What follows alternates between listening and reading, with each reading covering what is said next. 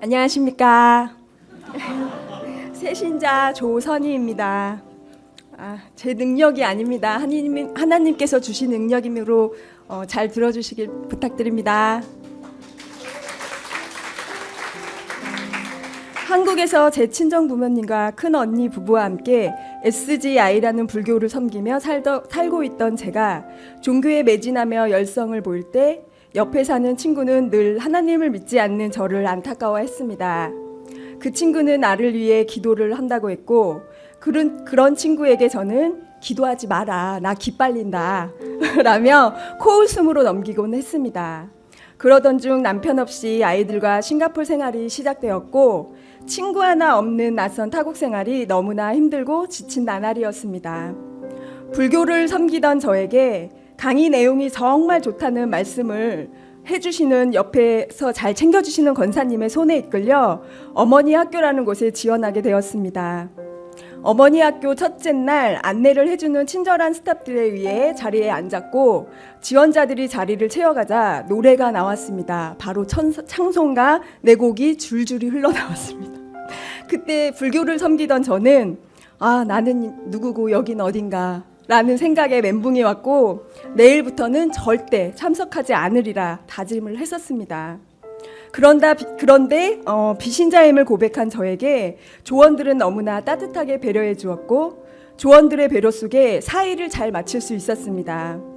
그렇게 비신자인 제가 어머니 학교를 통해 기억이 남는 건 여자는 남자를 돕는 배필이구나. 성경을 전혀 모르던 나는 그저 하나님도 남녀 차별하시네 라는 생각이었습니다. 얼마 후 어머니 학교를 권유하신 권사님께서 어머니 학교를 수료했으니 교회를 나가면 친구도 만나고 잘 사귀어 보라는 말씀에 한번 친구나 만들어 볼까 라는 생각에 교회를 다니게 되었습니다. 아무 믿음도 없이 새가족 교육에 순예배, 속전속결로 순순히 따라갔던 것 같습니다. 그저 사람들과의 만남이 좋았고 싱가포르에서 드디어 아는 사람이 생겼다는 기쁨도 있었습니다.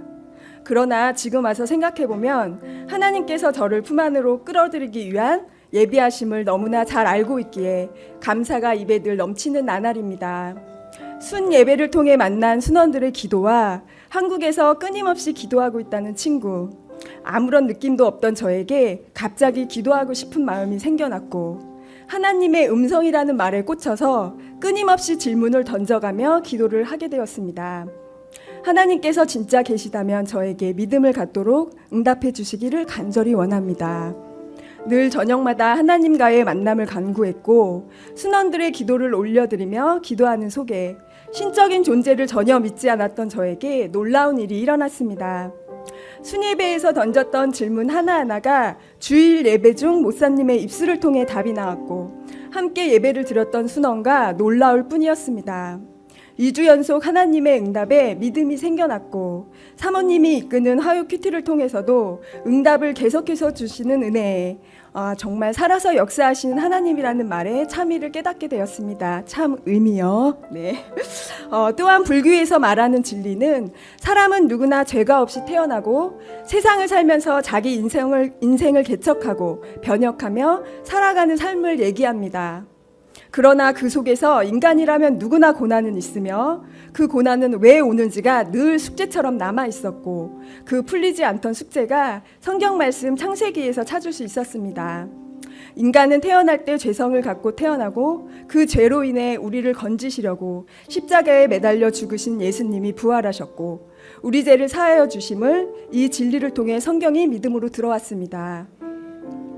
지금은 교회 안에서 사춘기 아이들이 달라지고 있음을 생생히 느끼고 특히 믿음 없는 딸이 교회에 순순히 다니고 있는 모습에서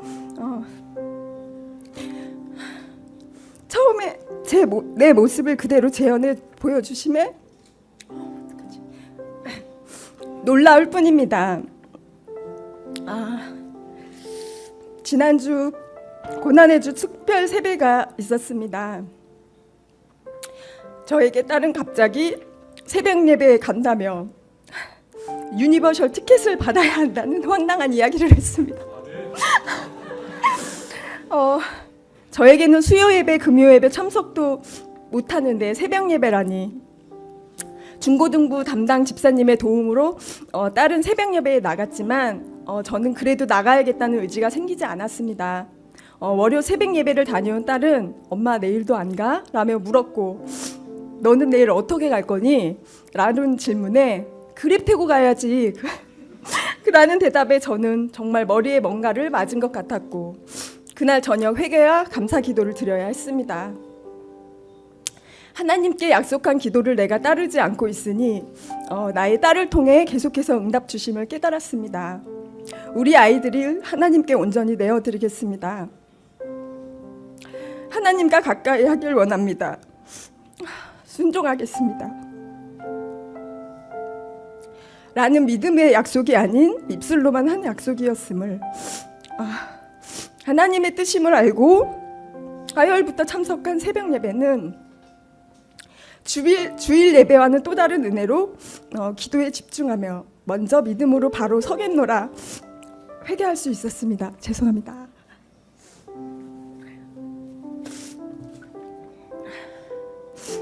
부활절인 오늘 세례를 받는 저는 주 예수 그리스도의 구원을 믿고 따르겠다는 마음으로 세례에 임하겠습니다. 지금도 계속해서 주시는 하나님의 은혜에 이 감격스러움이 언제까지 계속될지 궁금합니다. 저에게 이러한 은혜 속에 또 한 가지 간구하는 기도가 있습니다.